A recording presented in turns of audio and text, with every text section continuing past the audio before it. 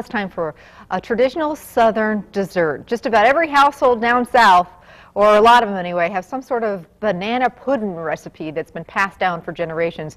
And my mom actually, I have a little bit of Southern roots, and so this is a recipe that my mom made growing up. And it's just quick and easy, and it just brings back memories, and it's just delicious. So sometimes at the end of the week, we've got some nanners that we need to use it up. I buy a big bunch of bananas on Sunday, and then toward the end of the week, some of them start, you need to use them up. You know what I'm talking about. Well, this is the perfect pudding to use them in. It's just delicious. Everybody loves it. Okay, starting out with one of the large boxes, the 5-ounce boxes of cook and serve vanilla pudding. Not the instant stuff. You don't want the instant stuff. We're going to do it the Southern way. And I'm using 3 cups of Lamer's milk. Talked about that earlier. This is the good stuff, fresh, local, BGH free. Comes in those glass jugs, which is really nice. Feel good about that. Okay, so in goes our milk and our cook and serve pudding, vanilla. And I'm just going to heat this up until it starts to thicken a bit. Now this pudding actually gets baked, and that's why we need to make sure we're using the heat and serve and not the instant. All right, so I'm going to whisk that together, and we're going to bring it to a simmer until it starts to thicken. Now we're going to get into another part of the recipe.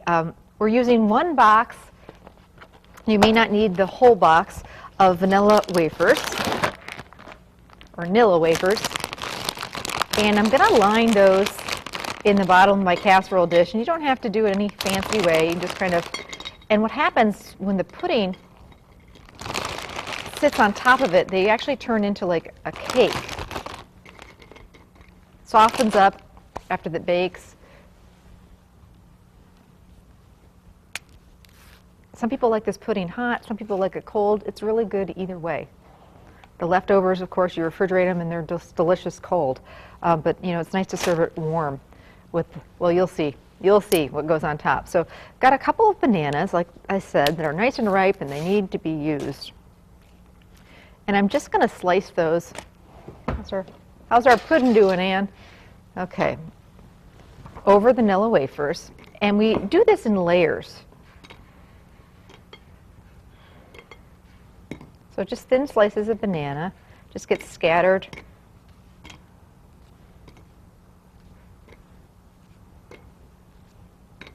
over the vanilla wafers. And there's no real, my mom didn't sit there with a recipe. It's more of a method. It's all going to work great and taste delicious. Definitely want to use the riper bananas, though. It's going to give the pudding a little more flavor. Now, the special thing about this recipe is the topping, which is basically marshmallows, and that's why you bake this in the oven, because they get all nice and toasty, like you toast marshmallows at the campfire, and that really makes this. Use a lot of marshmallows down south on top of the sweet potatoes, casseroles, on top of the banana pudding, and it just makes this dish a little bit special.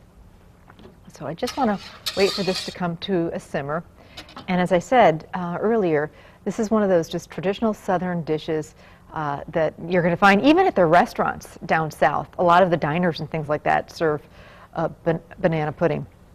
And if you have any good Southern recipes, desserts, casseroles, please email us, let us know about them. We just love getting your recipes, and who knows, we may even invite you on the show to cook with us.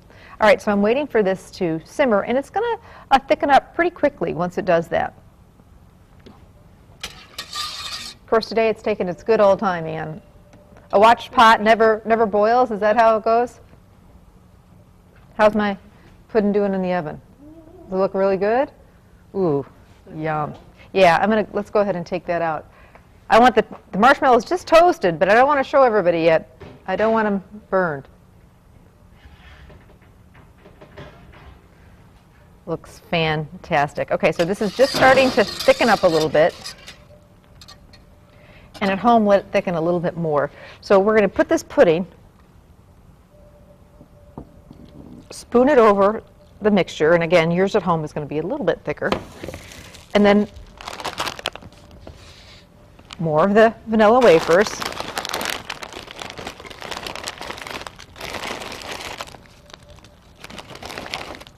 More of the banana.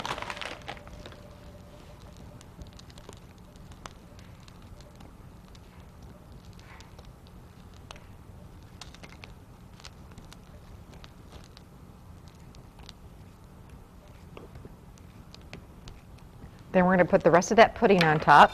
It's finally starting to get thick on me, and when you remove it from the heat, it'll thicken up a little more, but this is going to, when it bakes up in the oven, it should set up for me. And then the last thing we're going to do is we're going to top it with mini marshmallows.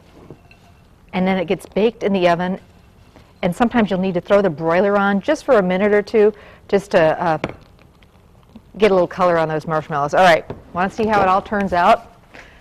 Because it is absolutely delicious, and just looking at it makes me think of my mom making it for us when we were kids. There it is, my layered baked banana pudding with those toasted marshmallows on top. Recipes on our website. We'll be right back. Stay with us.